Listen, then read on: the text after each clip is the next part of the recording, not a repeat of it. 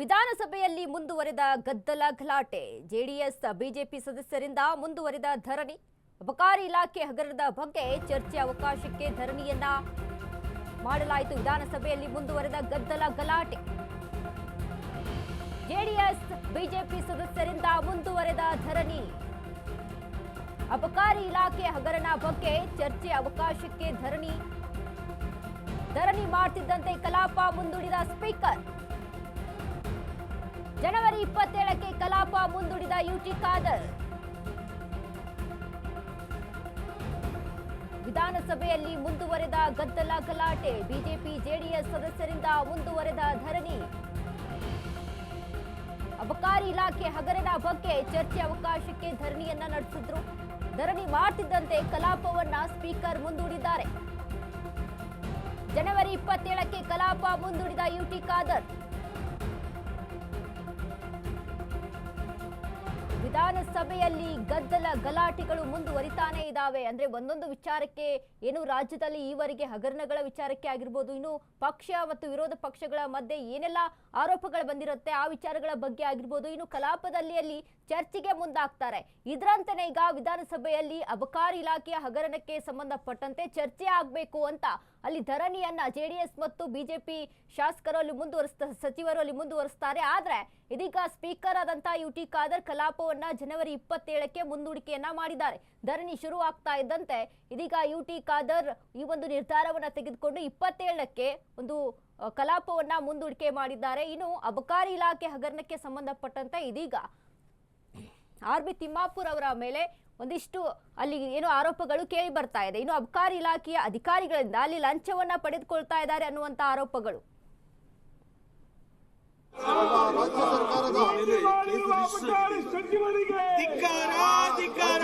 ಓದ್ಬೇಕಾಗಿರುವಂತ ಭಾಷಣ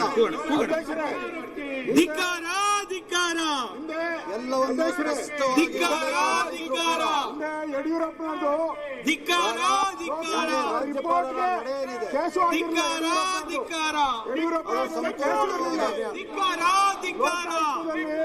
ಹೆಸರು ಬಂದಿತ್ತು. ರಾಜೀನಾಮೆ ಯಡಿಯೂರಪ್ಪನವ್ರದ್ದು ರಾಜೀನಾಮೆ ಕೊಡ್ಸ್ರಿ, ಯಡಿಯೂರಪ್ಪನವ್ರದ್ದು ರಾಜೀನಾಮೆ ಕೊಡ್ಸ್ರಿ. ಅವಾಗ ಇದೇ ಕಾಂಗ್ರೆಸ್ ಅವರು ಇದ್ದು ಮಾಡಿರುವಂತ ಎಲ್ಲ ಮಾಡ್ತಾ ಇದ್ದಾರೆ.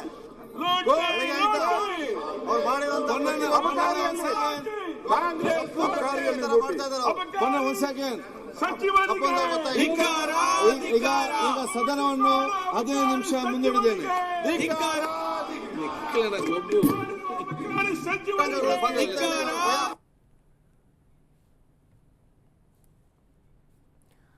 ಇದೀಗ ಸದನದಲ್ಲಿ ಗಲಾಟೆ ಮುಂದುವರಿಯುತ್ತೆ. ಅಂದ್ರೆ ಇದೀಗ ಏನು ಆರ್ ಬಿ ತಿಮ್ಮಾಪುರ್ ಅವರ ಮೇಲೆ ಅಬಕಾರಿ ಇಲಾಖೆ ಹಗರಣಕ್ಕೆ ಸಂಬಂಧಪಟ್ಟಂತೆ ಏನು ಆರೋಪಗಳು ಕೇಳಿ ಬರ್ತಾ ಇದೆ, ಇದಕ್ಕೆ ಸಂಬಂಧಪಟ್ಟಂತೆ ಉದ್ಯಮಿ ಆದಂತಹ ಲಕ್ಷ್ಮೀನಾರಾಯಣ್ ಇದಕ್ಕೆ ಕಂಪ್ಲೇಂಟ್ ಅನ್ನ ಮಾಡಿ ಇಲ್ಲಿ ನೇರವಾಗಿ ಆರೋಪವನ್ನ ಮಾಡ್ತಾರೆ. ಅಂದ್ರೆ ಈ ರೀತಿಯಾಗಿ ಲಂಚಕ್ಕೆ ಅಲ್ಲಿ ಬೇಡಿಕೆಯನ್ನ ಇಟ್ಟಿದ್ದಾರೆ, ಭ್ರಷ್ಟಾಚಾರ ಮುಂದುವರೆದಿದೆ ಕಾಂಗ್ರೆಸ್ನಲ್ಲಿ ಅಂತ. ಇದನ್ನ ಗಮನಿಸಿದಾಗ ಒಂದು ವಿಷಯ ಅಲ್ಲಿ ಚರ್ಚೆಗೆ ಬರ್ತಾ ಇತ್ತು. ಎಲ್ಲಿ ನಾಗೇಂದ್ರ ಅವರ ಒಂದು ಯಾವ ರೀತಿಯಾಗಿ ನಾಗೇಂದ್ರ ಅವರನ್ನ ಅಲ್ಲಿ ತೆಗೆದು ಹಾಕಲಾಗುತ್ತೋ ಪಕ್ಷದಿಂದ, ಇನ್ನು ಸಚಿವ ಸ್ಥಾನದಿಂದ, ಅದೇ ರೀತಿಯಾಗಿ ಆರ್ ಬಿ ತಿಮ್ಮಾಪುರ್ ಅವ್ರಿಗೂ ಕೂಡ ಆಗತ್ತಾ ಅನ್ನುವಂತ ಪ್ರಶ್ನೆಗಳು ಕಾಣಿಸ್ತಾ ಇತ್ತು. ಆದ್ರೆ ಇದೀಗ ಇದು ಕೇವಲ ಆರೋಪ ಮಾತ್ರ. ಒಂದು ಆಡಿಯೋವನ್ನ ಇಟ್ಕೊಂಡು ಅಲ್ಲಿ ಸಾಕ್ಷಿಯನ್ನ ಹೇಗೆ ನೀವು ಪ್ರೂವ್ ಮಾಡಕ್ ಸಾಧ್ಯ? ಅಲ್ಲಿ ಒಂದು ಆಡಿಯೋದಲ್ಲಿ ಮಾತಾಡಿದ್ದಾರೆ 10 ಲಕ್ಷ ರೂಪಾಯಿ ಆರ್ ಬಿ ತಿಮ್ಮಾಪುರ್ ಅಂತ ಮಾತಾಡಿದ ತಕ್ಷಣ ಹೇಗೆ ನೀವು ಅದನ್ನ ಖಚಿತಪಡಿಸ್ಕೊಳ್ತೀರಾ? ಆದ್ರೆ ಅದಕ್ಕೆ ನೇರವಾದಂತ ಖಚಿತವಾದಂತ ಸಾಕ್ಷಿಗಳು ಬೇಕು ಅನ್ನುವಂಥದ್ದು ಆರ್ ಬಿ ತಿಮ್ಮಾಪುರ್ ಅವರ ಒಂದು ಮಾತುಗಳನ್ನ ಆಡ್ತಾರೆ. ಫಸ್ಟ್ ರಿಯಾಕ್ಷನ್ ಅನ್ನ ಕೊಟ್ಟಿರುವಂತದ್ದು. ಹೀಗಾಗಿ ಇದಕ್ಕೆ ಸಂಬಂಧಪಟ್ಟಂತೆ ಸಾಕಷ್ಟು ಇನ್ನು ತನಿಖೆ ಆಗಬೇಕು, ಚರ್ಚೆ ಆಗಬೇಕು. ಇದಕ್ಕೆ ಸಂಬಂಧಪಟ್ಟಂತೆ ಇದು ಇನ್ನೂ ಕೂಡ ಅಲ್ಲಿ ಪೊಲೀಸ್ ಇಲಾಖೆಯಿಂದ ಅಲ್ಲಿ ಇನ್ವೆಸ್ಟಿಗೇಷನ್ ಆಗಬೇಕು, ಇದು ದೃಢ ಆಗಬೇಕು ಇವ್ರು ಕೇಳಿದ್ದಾರೆ ಅನ್ನುವಂತ ವಿಚಾರಕ್ಕೆ. ಆದ್ರೆ ಇಲ್ಲಿ ಇನ್ನೂ ಯಾವುದೇ ರೀತಿಯಾದಂತ ದೃಢ ಆಗಿಲ್ಲ, ದೃಢಗಳನ್ನ ತೆಗೆದುಕೊಂಡಿಲ್ಲ. ಹೀಗಿರುವಾಗ ಹೇಗೆ ಅಲ್ಲಿ ಆರೋಪದ ಮೇಲೆ ರಾಜೀನಾಮೆಯನ್ನ ಕೊಡೋಕೆ ಸಾಧ್ಯ ಅನ್ನುವಂಥದ್ದು ಈಗ ಕಾಂಗ್ರೆಸ್ ಪಕ್ಷದಲ್ಲಿ ಕೇಳಿ ಬರ್ತಾ ಇರುವಂಥದ್ದು. ಆದ್ರೆ ಈ ವಿಚಾರಕ್ಕೆ ಸಂಬಂಧಪಟ್ಟಂತೆ ಸದನದಲ್ಲಿ ಬಿಜೆಪಿ ಮತ್ತು ಜೆಡಿಎಸ್ ಸಚಿವರು, ಶಾಸಕರು ಅಲ್ಲಿ ಧರಣಿಗೆ ಮುಂದಾಗ್ತಾರೆ. ಇದನ್ನ ಗಮನಿಸಿದಂತ ಸ್ಪೀಕರ್ ಇದೀಗ ಜನವರಿ 27ಕ್ಕೆ ಸದನವನ್ನ ಮುಂದೂಡಿಕೆ ಮಾಡ್ತಾರೆ.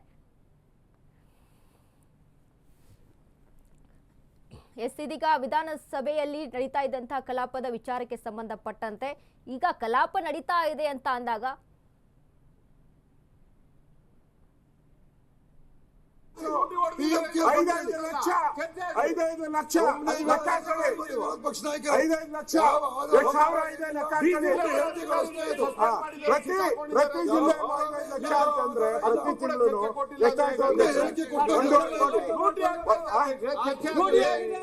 1 ಕೋಟಿ. ಹಲೋ, ಚರ್ಚೆ ಬೇಕು. ಅಧ್ಯಕ್ಷರೇ ಅಲ್ಲಲ್ಲ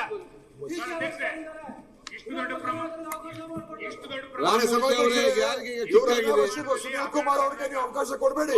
ಅವ್ರು ಏನಾದ್ರು ಮಾತಾಡ್ತಿದ್ದಾರೆ. ದೂರ ಬಂದಾಗ, ವಿಡಿಯೋ ಕೊಟ್ಟಾಗ, ಪೆನ್ ಡ್ರೈವ್ ಕೊಟ್ಟಾಗ ಮುಖ್ಯಮಂತ್ರಿಗಳಿಗೆ ನೈತಿಕತೆ ಇದ್ರೆ ರಾಜೀನಾಮೆ ತೆಗೆದುಕೊಂಡು ಅಧಿವೇಶನಕ್ಕೆ ಬರಬೇಕಾಗಿತ್ತು. ಅದು ಬಿಟ್ಟು ಅಧಿವೇಶನಕ್ಕೆ ನಾವು ಚರ್ಚೆ ಮಾಡಬೇಕು. ಚರ್ಚೆ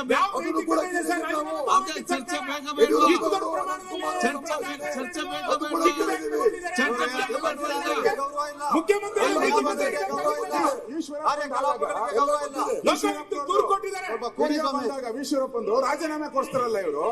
ಇವಾಗ ರಾಜೀನಾಮೆ ಯಾಕೆ ಕೊಡಕ್ಕೆ ಹಿಂದೇಟ್ ಆಗ್ತಾವ? ಈಶ್ವರಪ್ಪ ವಿಚಾರ ಬಂದಾಗ ಏನೆಲ್ಲ ಹೊಡೆದಾಟಕ್ಕೆ ಬಂದ್ಬಿಟ್ಟಿದ್ರಿ. ಆಯ್ತು, ಮುಗೀತೀಗ. ಗುದ್ದಾಟಕ್ಕೆ ಬಂದಿದ್ರು ಈಶ್ವರಪ್ಪಂದಾದಾಗ ರಾಜೀನಾಮೆಗೆ. ಇದಕ್ಕೆ ಯಾಕೆ ಆಗಲ್ಲ? ಈಗ ನೋಡ್ರಿ, ನಾವು ಚರ್ಚೆ ಆಗಲ್ಲ. ಈ ಬಂದಿಲ್ಲ. ನಾನು ಹೇಳ್ತಾ ಇದ್ದೀನಿ.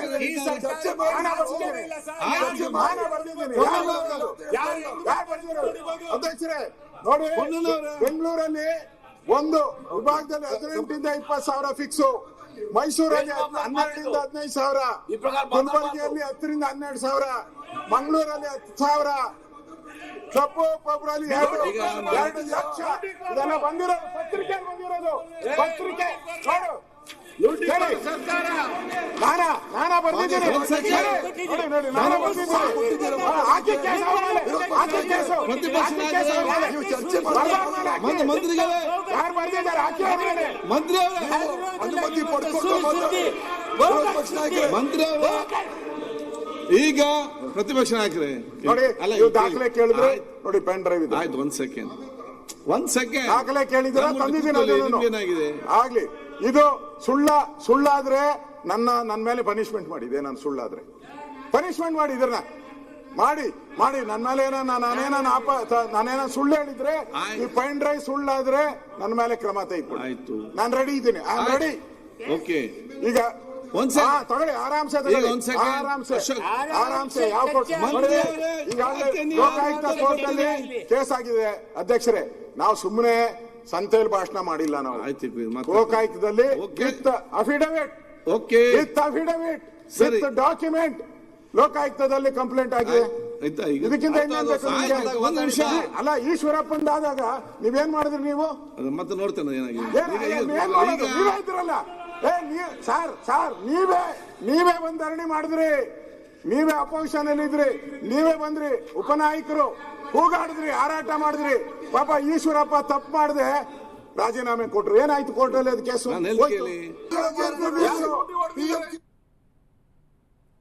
ಕಾಂಗ್ರೆಸ್ ರಾಜ್ಯಪಾಲರ ಭಾಷಣವನ್ನ ಮೊಟಕು ಮಾಡಿದೆ. ಶಿವಮೊಗ್ಗದಲ್ಲಿ ಸಂಸದ ಬಿವೈ ರಾಘವೇಂದ್ರ ಆಕ್ರೋಶವನ್ನ ವ್ಯಕ್ತಪಡಿಸಿದ್ದಾರೆ.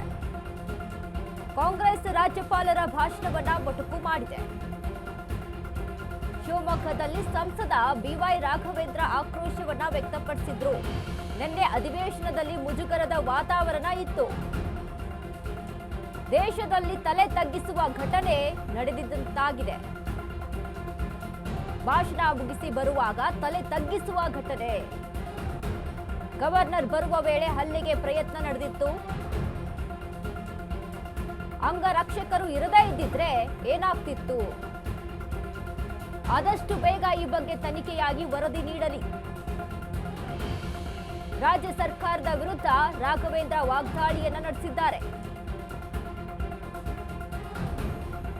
ಕಾಂಗ್ರೆಸ್ ರಾಜ್ಯಪಾಲರ ಭಾಷಣವನ್ನ ಮೊಟಕು ಮಾಡಿದೆ. ಶಿವಮೊಗ್ಗದಲ್ಲಿ ಬಿವೈ ರಾಘವೇಂದ್ರ ಆಕ್ರೋಶವನ್ನ ವ್ಯಕ್ತಪಡಿಸಿದ್ದಾರೆ. ಅಧಿವೇಶನದಲ್ಲಿ ಮುಜುಗರದ ವಾತಾವರಣ ಇತ್ತು. ನಿನ್ನೆ ನಡೆದಂತಹ ಅಧಿವೇಶನದಲ್ಲಿ ದೇಶದಲ್ಲಿ ತಲೆ ತಗ್ಗಿಸುವ ಘಟನೆ ಅದು. ಹೀಗಾಗಿ ಭಾಷಣ ಮುಗಿಸಿ ಬರುವಂತಹ ವೇಳೆಯಲ್ಲಿ ತಲೆ ತಗ್ಗಿಸುವ ಘಟನೆ ನಡೆದಂತಾಗಿದೆ. ಗವರ್ನರ್ ಬರೋ ವೇಳೆ ಹಲ್ಲೆಗೆ ಪ್ರಯತ್ನವನ್ನ ಮಾಡಲಾಯಿತು. ಅಂಗರಕ್ಷಕರು ಇರದೇ ಇದ್ದಿದ್ರೆ ಅಲ್ಲಿಯ ಪರಿಸ್ಥಿತಿ ಏನಾಗ್ತಿತ್ತೋ ಗೊತ್ತಿಲ್ಲ. ಆದಷ್ಟು ಬೇಗ ಈ ಬಗ್ಗೆ ತನಿಖೆಯನ್ನ ಮಾಡಿ ವರದಿಯನ್ನ ನೀಡಬೇಕು ಅಂತ ರಾಜ್ಯ ಸರ್ಕಾರದ ವಿರುದ್ಧ ರಾಘವೇಂದ್ರ ವಾಗ್ದಾಳಿಯನ್ನ ನಡೆಸಿದ್ರು.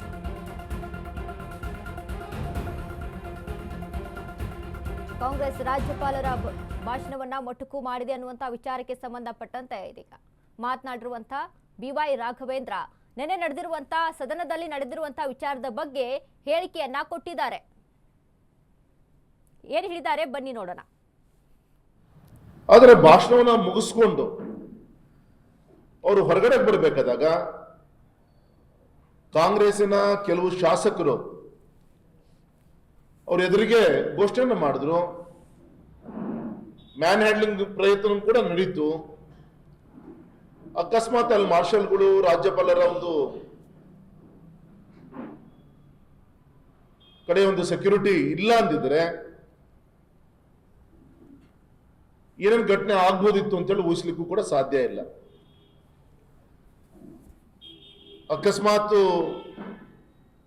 ರಾಜ್ಯಪಾಲರ ಒಂದು ಅಂಗರಕ್ಷಕರು ಮಾರ್ಷಲ್ಗಳ ಪ್ರಯತ್ನ ಏನಾದ್ರು ಕೊರತೆ ಆಗಿದ್ರೆ ನಾವ್ಯಾರು ಕೂಡ ಊಹಿಸ್ಕೊಳ್ಳಿಕ್ಕೂ ಸಾಧ್ಯ ಇಲ್ಲ. ಆ ರೀತಿಯಂತ ಒಂದು ಘಟನೆಯನ್ನ ತಲೆ ತಗ್ಸುವಂತ ಘಟನೆ ನಿನ್ನೆ ವಿಧಾನಸಭೆಯಲ್ಲಿ ನಡೆದು ಹೋಯಿತು.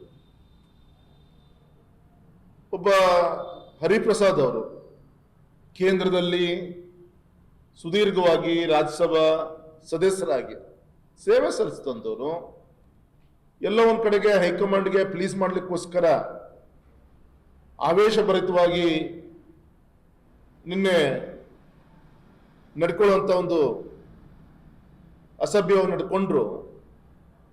ಅವರ ಹಿರಿತನಕ್ಕೆ ಅದು ಗೌರವ ತರಂತ ವಿಚಾರನೂ ಕೂಡ ಅಲ್ಲ. ಆ ದುರ್ನಡತೆಯನ್ನ ಎಲ್ಲರೂ ಕೂಡ ನೋಡಿದ್ದಾರೆ. ನಾಗಲೇ ಹೇಳಿದಾಗ ಇಡೀ ರಾಷ್ಟ್ರ ಮಟ್ಟದಲ್ಲಿ ರಾಜ್ಯದ ಒಂದು ನಡೆದಂತ ಘಟನೆ ತಲೆ ತಗ್ಸಿದ್ದು ನಡೆದು ಹೋಗಿದೆ. ಗೌರವಿತ ಸಿದ್ದರಾಮಯ್ಯನವರು, ಗೌರವಿತ ಮುಖ್ಯಮಂತ್ರಿಗಳು ಸುದೀರ್ಘವಾದಂತ ಒಂದು ಮುಖ್ಯಮಂತ್ರಿಗಳ ಒಂದು ಸ್ಥಾನದಲ್ಲಿ ಕೂತಂತ ದಾಖಲೆಯನ್ನು ಮೆರೆದಿದ್ದಾರೆ. ಸ್ವತಃ ಲಾ ಗ್ರಾಜ್ಯುಯೇಟ್ ಅವರ ಮೂಗಿನ ನೇರಕ್ಕೆ ಇವೆಲ್ಲ ಘಟನೆಗಳು ನಡೀತಿರುವಂತ ಸಂದರ್ಭದಲ್ಲಿ ಯಾಕೆ ಮೂಕ ಪ್ರೇಕ್ಷಕರಾಗಿ ಕೂತಿದ್ರು? ಆದರೆ ಭಾಷಣವನ್ನ ಮುಗಿಸ್ಕೊಂಡು ಅವರು ಹೊರಗಡೆ ಬರಬೇಕಾದಾಗ ಕಾಂಗ್ರೆಸ್ಸಿನ ಕೆಲವು ಶಾಸಕರು ನಿನ್ನೆ ಅಧಿವೇಶನದಲ್ಲಿ ನಡೆದಂತ ಪ್ರಸಂಗವನ್ನ BY ರಾಘವೇಂದ್ರ ಮಾತನಾಡ್ತಾ ಇದ್ರ ಬಗ್ಗೆ ತನಿಖೆ ಆಗ್ಬೇಕು, ಇದ್ರ ಬಗ್ಗೆ ಬೇಗ ಒಂದು ನಿರ್ಧಾರವನ್ನ ತೆಗೆದುಕೊಳ್ಬೇಕು ಅನ್ನುವಂತ ಹೇಳಿಕೆಯನ್ನ ಕೊಟ್ಟಿದ್ದಾರೆ. ಯಾಕಂದ್ರೆ ನಿನ್ನೆ ಅಷ್ಟೇ ರಾಜ್ಯಪಾಲರು ಬರ್ತಾರೆ ಸದನಕ್ಕೆ, ಆದ್ರೆ ಭಾಷಣವನ್ನ ಪೂರ್ತಿಯಾಗಿ ಓದ್ಬಿಡ್ತಾರೆ ಅನ್ನುವಂತ ನಿರೀಕ್ಷೆಯಲ್ಲಿ ಕಾಂಗ್ರೆಸ್ ಇತ್ತು. ಆದ್ರೆ ಇದಕ್ಕೆ ಒಂದು ರೀತಿಯಾಗಿ ಮುಖಭಂಗ ಆಗಿರುವಂತ ರೀತಿ. ಯಾಕಂದ್ರೆ ಮೊದಲ ಪೇಜಿನಲ್ಲಿದ್ದಂತ ಮೊದಲ ಒಂದೆರಡು ಸಾಲುಗಳನ್ನ ಹೇಳಿ ರಾಜ್ಯಪಾಲರು ಅಲ್ಲಿಂದ ಹೊರಟು ಹೋಗ್ತಾರೆ. ಈ ಒಂದು ಹೊರಡುವಂತ ಸಂದರ್ಭದಲ್ಲಿ BK ಹರಿಪ್ರಸಾದ್ ಅಲ್ಲಿ ಅಡ್ಡಗಟ್ಟಿ ಮಾತನಾಡುವಂತ ಅಲ್ಲಿ ಪ್ರಯತ್ನವನ್ನ ಮಾಡ್ತಾರೆ. ಒಂದ್ ರೀತಿಯಾಗಿ ಈ ಒಂದು ರಾಜ್ಯಪಾಲರನ್ನ ಅಲ್ಲಿ ಅಡ್ಡಗಟ್ಟಿರೋದು ಒಂದ್ ರೀತಿ ರೌಡಿಸಂ ತರ ಮಾಡಿದ್ದಾರೆ ಅನ್ನುವಂಥದ್ದು ಇದೀಗ ಬಿಜೆಪಿ ಅವರು ಅಲ್ಲಿ ಅವರ ಒಂದು ಅಭಿಪ್ರಾಯವನ್ನ ವ್ಯಕ್ತಪಡಿಸ್ತಾರೆ. ಈ ವಿಚಾರಕ್ಕೆ ಸಂಬಂಧಪಟ್ಟಂತೆ BY ರಾಘವೇಂದ್ರ ಮಾತನಾಡಿರುವಂತದ್ದು.